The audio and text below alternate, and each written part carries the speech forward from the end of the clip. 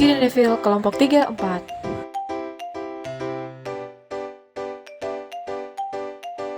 Apa itu obat sildenafil? Sildenafil adalah terapi oral paling efektif yang tersedia saat ini untuk disfungsi ereksi. Pasien harus diberikan instruksi yang jelas mengenai penggunaan sildenafil karena memiliki efek samping yang paling umum, termasuk kemerahan, sakit kepala, pencernaan yang terganggu, dan perubahan penglihatan sementara. Jika dikombinasikan dengan nitrat, dapat dan telah menyebabkan hipotensi yang fatal sebab tidak boleh diresepkan untuk pasien yang menggunakan nitrat. Sildenafil tidak boleh diberikan untuk pasien yang kondisi curah jantung rendah, pasien yang menjalani pengobatan intensif, di mana untuk mencegah gagal jantung atau pasien yang iskemia koroner akut. Apa nama paten dan generik sildenafil? Baik, di sini saya akan menyebutkan nama paten dan juga generik dari obat sildenafil. Yang pertama, obat paten sildenafil yaitu Viagra, Revatio, dan juga Amigra. Kemudian nama generik dari obat sildenafil yaitu ada sildenafil citrat, kemudian ada Comastil dan juga Caprenafil 100. Ini adalah gambar sediaan dan bentuk obat. Sildenafil adalah obat untuk mengatasi disfungsi ereksi atau impotensi. Selain itu, obat ini juga bisa digunakan untuk meningkatkan kemampuan fisik penderita hipertensi pulmonal dalam berolahraga. Sildenafil bekerja dengan cara meningkatkan aliran darah ke penis selama rangsangan seksual sehingga menyebabkan ereksi. Dalam mengobati hipertensi, sildenafil bekerja dengan cara melemaskan pembuluh darah di paru-paru agar tekanan pembuluh darah berkurang dan darah bisa mengalir dengan lancar. Adapun bentuk sediaan obat sildenafil yaitu dalam bentuk oral dissolving, tablet, sirup kering, dan juga dalam bentuk suntik. Golongan dan klasifikasi obat. Golongan dan klasifikasi obat sildenafil. Sildenafil adalah obat penghambat enzim fosfodiesterase tipe 5 yang digunakan untuk yang pertama sebagai disfungsi ereksi. Disfungsi ereksi yaitu meningkatkan aliran darah ke penis untuk membantu mencapai dan mempertahankan ereksi. Yang kedua sebagai hipertensi arteri pulmonal.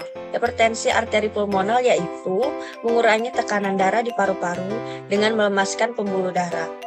Efek samping dari obat sildenafil yaitu efek samping umum, terdiri dari sakit kepala, flushing, gangguan pencernaan, hidung tersumbat, pusing, nyeri otot atau punggung, gangguan penglihatan.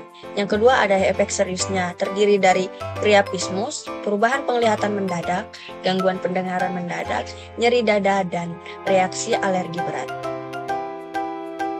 Indikasi dan kontraindikasi. Oke, berikut saya akan menjelaskan mengenai indikasi dan kontraindikasi dari obat sildenafil. Tentu yang kita tahu bahwa indikasi adalah alasan medis yang digunakan untuk menunjukkan kapan suatu obat harusnya digunakan, seperti mengobati penyakit atau kondisi tertentu. Kontraindikasi adalah kondisi atau faktor yang menunjukkan kapan suatu obat tidak seharusnya digunakan karena dapat membahayakan pasien atau tidak efektif dalam kondisi tertentu. Sedangkan obat sildenafil adalah obat yang digunakan untuk mengobati disfungsi ereksi pada pria dan hipertensi arteri paru-paru, di mana ada beberapa indikasi penggunaannya meliputi yang pertama disfungsi ereksi. Sildenafil membantu peningkatan aliran darah ke penis sehingga membantu pria mencapai dan mempertahankan ereksi yang cukup keras dan untuk aktivitas seksual. Yang kedua adalah hipertensi arteri paru-paru.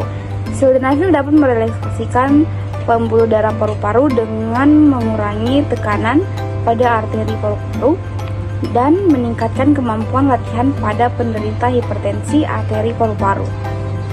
Efek samping yang muncul dari sildenafil termasuk sakit kepala, pencernaan yang terganggu, serta gangguan penglihatan seperti penglihatan kabur atau peningkatan sensitivitas cahaya. Sildenafil juga memiliki kontraindikasi, yang berarti ada kondisi di mana penggunaan obat ini mungkin tidak aman atau tidak dianjurkan. Beberapa kontraindikasinya meliputi yang pertama, alergi atau hipersensitivitas, di mana jika seseorang memiliki riwayat alergi terhadap sildenafil atau komponen lain dalam obat tersebut, penggunaannya harus dihindari. Yang kedua adalah kondisi kesehatan yang serius, di mana orang dengan riwayat kondisi kesehatan serius seperti gangguan jantung, gangguan hati, dan gangguan ginjal atau riwayat stroke harus berkonsultasi dengan dokter sebelum menggunakan sildenafil. Ada baiknya jika selalu konsultasikan dengan dokter sebelum memulai atau menghentikan penggunaan sildenafil. Farmakodinamik dan farmakokinetik. Baik, saya akan menjelaskan tentang farmakodinamik dari obat sildenafil. Mekanisme fisiologi ereksi penis melibatkan pelepasan nitroksin dalam korpus cavernosum penis selama stimulasi seksual. Kemudian mengaktifasi enzim granulate silase yang menghasilkan peningkatan kadar silik. Guanosin monofosfat menyebabkan relaksasi otot halus di korpus cavernosum sehingga memungkinkan aliran darah untuk masuk. Efek sildenafil terhadap respon ereksi. Studi in vitro menunjukkan bahwa obat sildenafil selektif untuk PDE5 yang terlibat dalam proses ereksi, efeknya lebih poten pada PDE5 dibandingkan dengan fosfodiesterase lainnya. Uji klinis menunjukkan bahwa pasien dengan disfungsi ereksi organik atau psikogenik yang mendapat obat sildenafil mengalami perbaikan ereksi setelah stimulasi seksual dibandingkan placebo.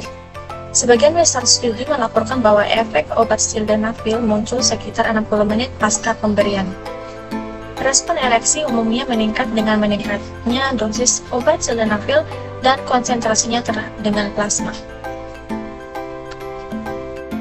Selanjutnya tentang farmakokinetik dari obat sildenafil. Obat sildenafil diabsorpsi dengan cepat, konsentrasi plasma maksimum pemberian oral pada pasien puasa yang diamati dalam waktu 30-120 menit dengan median 60 menit. Absorpsi obat sildenafil cepat setelah pemberian oral dengan rata-rata bioavailabilitas absolut 41%. Konsentrasi plasma maksimum dicapai dalam waktu 30 hingga 120 menit setelah pemberian dosis oral dalam keadaan puasa. Ketika obat sildenafil diberikan dengan makanan yang berlemak tinggi, tingkat penyerapan berkurang dengan penundaan rata-rata waktu mencapai konsentrasi puncaknya 60 menit dan pengurangan rata-rata konsentrasi puncak 29%. Obat sildenafil dieliminasi terutama dalam tinja sebagai metabolit. Pada orang dewasa yang sehat dan mereka dengan disfungsi ereksi, sekitar 80% dari dosis oral diekskresikan sebagai metabolit dalam tinja dan 13% diekskresikan dalam urin.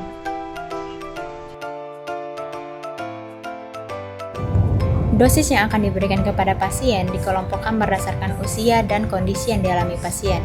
Berikut adalah dosis umum di sildenafil yang dikelompokkan berdasarkan bentuk obat dan kondisi yang ditangani.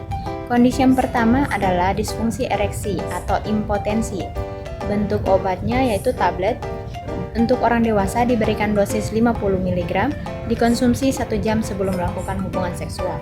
Yang kedua, dosis maksimalnya adalah 100 mg per hari. Pada lansia, dosis yang diberikan setengah dosis dewasa atau 25 mg. Kondisi yang kedua adalah hipertensi pulmonalis. Pada orang dewasa diberikan dosis 2,5 mg sampai 10 mg 3 kali sehari dengan interval 4 hingga 6 jam. Sebagai bolus intravena, diberikan melalui pembuluh darah dengan cara injeksi intravena. Selanjutnya, kondisi hipertensi pulmonalis pada anak-anak dengan berat badan kurang dari 20 kg diberikan dosis 10 mg 3 kali sehari. Anak dengan berat badan lebih dari 20 kg akan diberikan dosis 20 mg 3 kali sehari. Para neonatus A-term diberikan dosis tunggal 0,3 mg per kilogram berat badan. Dosis diberikan sekali dalam 70-90 menit sebelum penghentian nitrit oksidasi inhalasi. Nursing consideration. Adapun nursing consideration-nya yaitu di mana anak telah terbukti mengalami peningkatan angka kematian dengan sildenafil. Penyesuaian dosis diperlukan untuk klien dengan gangguan hati dan ginjal. Gunakan dengan hati-hati pada klien geriatri dengan penurunan fungsi hati, ginjal, dan juga jantung. Adapun penilaiannya, yang pertama riwayat alergi terhadap komponen apapun dari tablet, gangguan hati atau ginjal, kemudian riwayat penyakit jantung yang diketahui, dan juga riwayat penggunaan nitrat secara bersamaan.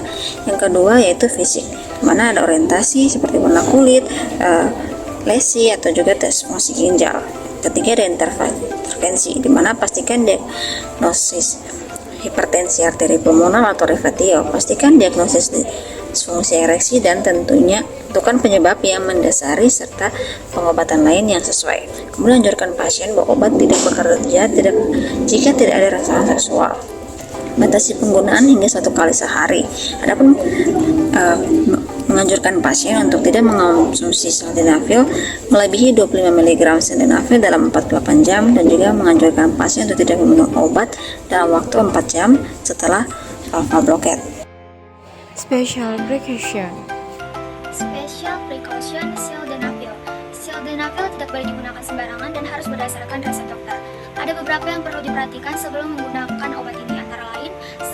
Sildenafil memiliki efek vasodilatasi sistemik dan oleh karena itu harus diresepkan dengan hati-hati pada pasien yang mungkin sensitif terhadap perubahan tekanan darah tersebut, seperti pasien dengan obstruksi aliran keluar ventrikel kiri dan gangguan kontrol otonom terhadap tekanan darah.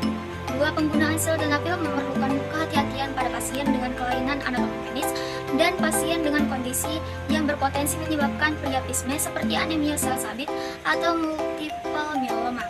3. Penggunaan sildenafil dapat meningkatkan kejadian neuropatik optik iskemik anterior non-arterik pada pria di atas usia 50 tahun. 4. Pemberian sildenafil dan ritonavir secara bersamaan meningkatkan konsentrasi sildenafil plasma atau peningkatan AUC 11 kali lipat karena penghambatan CYP 3A4/2C9. Baik, sekarang saya akan menjelaskan mengenai efek dari sildenafil terhadap kehamilan.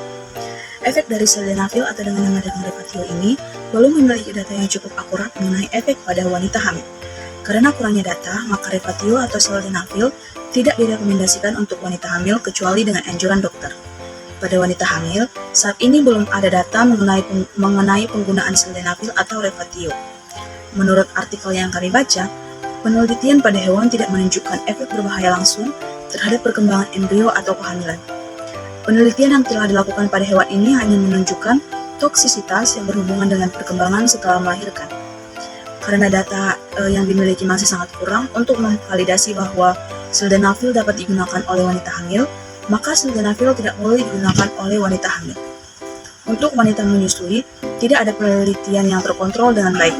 Data yang dimiliki masih sangat terbatas. Sildenafil aktif diekspresikan ke dalam ASI tetapi dalam jumlah rendah. Apabila sildenafil ini tertelan oleh bayi, maka tidak akan memberikan efek buruk pada bayi. Namun demikian, resep yang harus diberikan kepada ibu menyusui harus dilakukan secara berhati-hati karena tetap memiliki potensi efek samping terhadap anak yang disusui oleh ibu tersebut.